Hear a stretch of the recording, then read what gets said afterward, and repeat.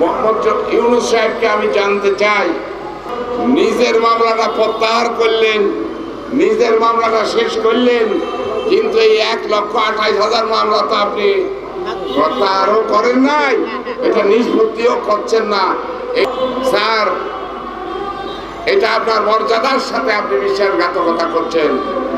দেশনেত্রী বেগম খালেদা জিয়া, দেশনায়ক তারেক রহমান সহ সকল মামলা অবিলম্বে নিষ্পত্তি করে প্রত্যাহার করতে হবে। জজ নিয়োগ দেওয়া হয়নি, জজই নাই।